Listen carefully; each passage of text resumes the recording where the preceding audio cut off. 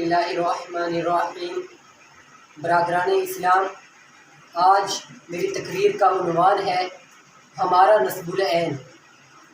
ہمارے وطن میں آج یوم دفاع یہ پیغام مسرت دے رہا ہے کہ اے وطن تو نے پکارا تو لہو کھول اٹھا، تیرے بیٹے تیرے جانباز چلے آتے ہیں۔ اے وطن تجھ کو ہم نے سنوارا، اپنی جانوں کو تجھ پہ وارا، تیری رگوں میں ہے خون ہمارا، تو پھر کیوں نہ کہیں کہ اے وطن ہم نے تجھ کو سنوارا۔ اے ارض پاک تیری حرمت پہ کٹ مرے ہم، اے خون تیری رگوں میں اب تک روا ہمارا۔ معزز سامعین کرام، جہاں آج ہم یوم دفاع منا رہے ہیں، جھنڈیاں لگا کر مٹھائیاں تقسیم کر رہے ہیں، شہدائے پاکستان کو خراج عقیدت پیش کر رہے ہیں، وہیں حکمران طبقہ ایئر کنڈیشن محلات میں اپنی حکمرانی کے نشے میں مست ہو کر اپنے اقتدار کو طول دینے کے منصوبے سوچ رہا ہے۔ سرمایہ دار جاگیردار گروہ دولت کے پجاری بن کر ملک و ملت کے غریبوں کا خون چوس رہے ہیں۔ عیاش طبقہ، بیوروکریسی کے اعلیٰ افسران، اسٹیبلشمنٹ کے نمائندگان آزادی کی عطا کردہ ٹھنڈی ہواؤں کے مزے تو لوٹ رہے ہیں، مگر نہ مہنگائی کا احساس ہے نہ غریبوں سے ہمدردی کا پاس، بلکہ جس مقدس فرض کی تکمیل کے لیے، اسلامی فریضہ کی تبلیغ کے لیے، قرآن و سنت کی عملی تشکیل کے لیے قیمتی جانوں کا نذرانہ پیش کیا گیا، اسی نصب العین کو فراموش کر دیا گیا ہے۔ کسی حکومت نے مہنگائی کی بنیاد رکھی تو آنے والی حکومت نے بھی اسے بھرپور رواج دیا۔ سیاستدان آج باشندگان وطن کے وسائل سے اپنی تجریاں سمیٹ کر اپنے ملک کو سری لنکا کی طرح دیوالیہ بنانے کی کوشش میں مصروف عمل ہے۔ مفاد پرست ٹولے صرف الیکشن کے دنوں میں باہر نکلتے ہیں اور بھولی بھالی عوام کو سبز باغ دکھا کر مسند اقتدار پر قبضہ جما لیتے ہیں۔ معزز سامعین، چھوٹا منہ بڑی بات، اگرچہ میں اس قابل نہیں کہ ایوان اقتدار کے نمائندگان کو قیام پاکستان کا نصب العین یاد کرا سکوں، مگر ایوان میں بیٹھے ہر رکن کو ضرور خبردار کروں گا کہ قیامت کا آنا تو برحق ہے اور خدا تعالیٰ کا وجود بھی ہے۔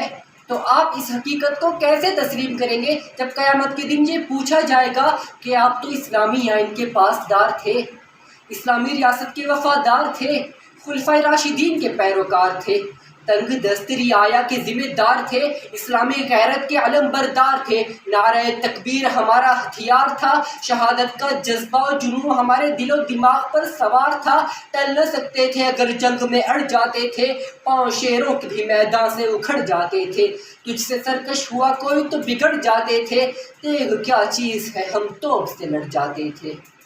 تو اب تجھے کیا ہوا؟ اپنے اسلاف کا درس بھلا دیا، قرآن و سنت کو بالائے طاق رکھ دیا، سبز ہلالی پرچم کی حرمت کا خیال نہ رکھا، نظام مصطفیٰ صلی اللہ علیہ وسلم کے نفاذ کو ایک کہانی بنا دیا۔ قیامت کے دن تم سے یہ ضرور پوچھ گچھ ہوگی کہ تمہارے کان بہرے تو نہ تھے، ہاتھ کٹے ہوئے تھے نہ پاؤں لگڑے تھے، پھر تمہیں کیا ہو گیا تھا کہ اپنے مسلمانوں کی پامالی کا خونی تماشا دیکھتے رہے؟ آپ کو تو رب ذوالجلال نے اپنا نائب مقرر کیا تھا، تو کیوں عدل سے روگردانی کی؟ آپ تو حق بین تھے، تو کیوں اپنے اقتدار کی باغ ڈور یہود و نصارہ کے ہاتھ میں تھما دی؟ رب قہار ارشاد فرماتا ہے، یا ایھا الذین آمنوا لا تتخذوا اليہود والنصارى اولیاء، اے ایمان والو یہود و نصارہ کو دوست مت بناؤ۔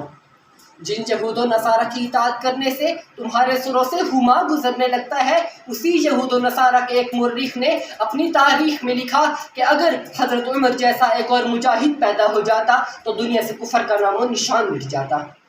جب بھی اسلامی تاریخ کا نام زباں پر آتا ہے تو یہ اپنا دامن دراز کر لیتی ہے اور اقبال کی روح پکار اٹھتی ہے، نہیں ہے نا امید اقبال اپنی کشتے ویراں سے، ذرا نم ہوتے یہ مٹی بہت سرخیز ہے ساقی۔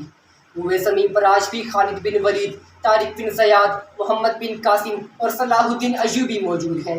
یہی وہ مسلمان تھے جن کی لگن اور تڑپ نے رب ذوالجلال سے یہ کہلوایا کہ وَلَقَدْ كَرَّمْنَا بَنِي آدَمَ، اور یہی وہ مسلمان ہیں جن کی بہادری کا ڈنکا پوری دنیا میں بجتا رہا۔ اور علامہ اقبال انہیں خراج عقیدت پیش کرتے ہوئے کہتے ہیں، مغرب کی وادیوں میں گونجی اذاں ہماری، تھمتا نہ تھا کسی سے سیل روا ہمارا، باطل سے دبنے والے اے آسمان نہیں ہم، 100 بار کر چکا ہے تو امتحان ہمارا۔ معزز سامعین، اسی لیے میرا یہ ایمان ہے کہ میں وقت سے پہلے مر نہیں سکتا، اس لیے موت سے ڈر کر اپنے نصب العین سے دستبردار ہو نہیں سکتا۔ لیکن آج پاکستانی قوم مایوسی کے سمندر میں غوطہ-زن ہے۔ تمام سیاسی جماعتیں اقتدار کے حصول کے خمار میں اپنی تمام تر صلاحیتیں، رفاقتیں، رقابتیں اور عطافتیں قربان کرنے کو تیار ہیں۔ حضرات گرامی، 75 سالہ پاکستان کی تاریخ میں برسر اقتدار حکمران کا کوئی رہنما اگر اپنی عاقبت کو سنوارنے کی جد و جہد کرتا تو اپنے مختصر دور اقتدار میں نظام مصطفیٰ صلی اللہ علیہ وسلم کو چار چاند لگانے کی بھرپور کوشش کرتا، تو نہ صرف ملت اسلامیہ کا پاسبان حرم بن جاتا بلکہ روز محشر بھی شہداء کے ٹولے میں شامل ہو کر حیات ابدی حاصل کر لیتا۔ یہ بھی حقیقت روز روشن کی طرح واضح ہے کہ ہر حکمران تخت و تاج پر قابض ہو کر اگر اپنے مختصر دور میں اسلامی آئین کو نافذ کر لیتا تو اس فانی دنیا میں بھی بقا حاصل کر لیتا۔ اب وقت آ گیا ہے، عوام بھی اور سیاستدان بھی ایک اور انتخاب کے امتحان سے گزرنے والے ہیں، اور پھر حکمرانوں اور پاکستان کے باشندگان کو فکر و اندیش کی وادی میں سوچنا ہوگا۔ ان اللہ لا یغیر ما بقوم حتی یغیروا ما بانفسہم، کہ خدا نے آج تک اس قوم کی حالت نہیں بدلی نہ ہو جس کو خیال اپنی حالت کے بدلنے کا۔